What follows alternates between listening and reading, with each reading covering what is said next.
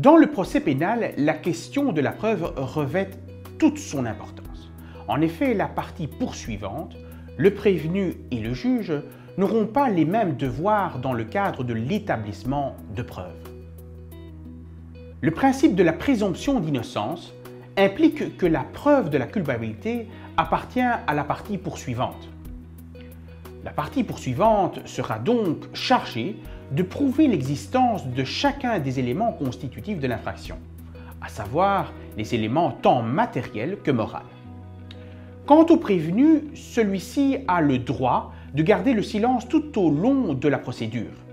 Il sera toutefois autorisé à faire la preuve de son innocence ou convaincre le juge de l'inexactitude de la thèse de la partie requérante. Quant au juge, il est tenu de contribuer à la recherche de la vérité. Il devra pour ce faire, lorsque les preuves recueillies paraissent insuffisantes, prendre d'office ou à la demande des parties toutes les mesures qu'il estime nécessaires à la manifestation de la vérité, tout en respectant le principe du contradictoire. La Cour de cassation considère tout élément de preuve comme admissible et ce n'est que dans 3 hypothèses que le juge est tenu d'écarter la preuve irrégulière.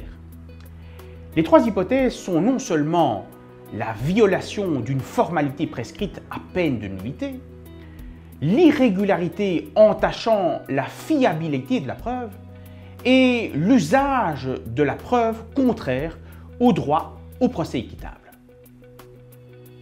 Étant donné que les modes de preuve sont illimités au regard du principe de la liberté de la preuve, nous allons reprendre les modes de preuve les plus fréquemment utilisés lors d'un procès pénal. Le procès-verbal peut être défini comme étant l'acte écrit dans lequel un fonctionnaire qualifié relate les faits dont il a vérifié l'existence et dont la recherche entre dans ses attributions. Les procès-verbaux sont rédigés lors de la phase préliminaire du procès pénal et visent à relater les renseignements obtenus et les constatations faites au sujet d'infractions. La perquisition constitue une mesure coercitive par laquelle l'autorité compétente pénètre dans un endroit bénéficiant de la protection liée à l'inviolabilité du domicile, en vue d'y rechercher des preuves et d'y saisir des pièces à conviction d'un crime ou d'un délit. L'aveu peut être défini comme étant l'acte par lequel un individu reconnaît, librement et volontairement, avoir posé un acte qualifié d'infraction par la loi devant un représentant de l'autorité policière ou judiciaire.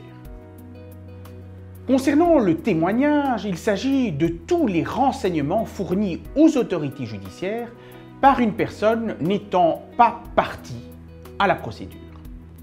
L'expertise judiciaire se définit comme une mesure de recherche confiée par le tribunal à une ou plusieurs personnes qui, par leur art ou leur profession, sont en mesure de mettre en lumière des éléments de fait.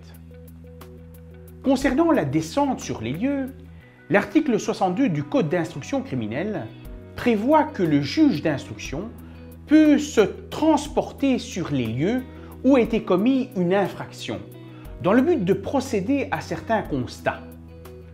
Il faut savoir que le juge de fond sera également autorisé à procéder à une descente sur les lieux ou à une reconstitution, soit d'office, soit à la demande d'une des parties civiles.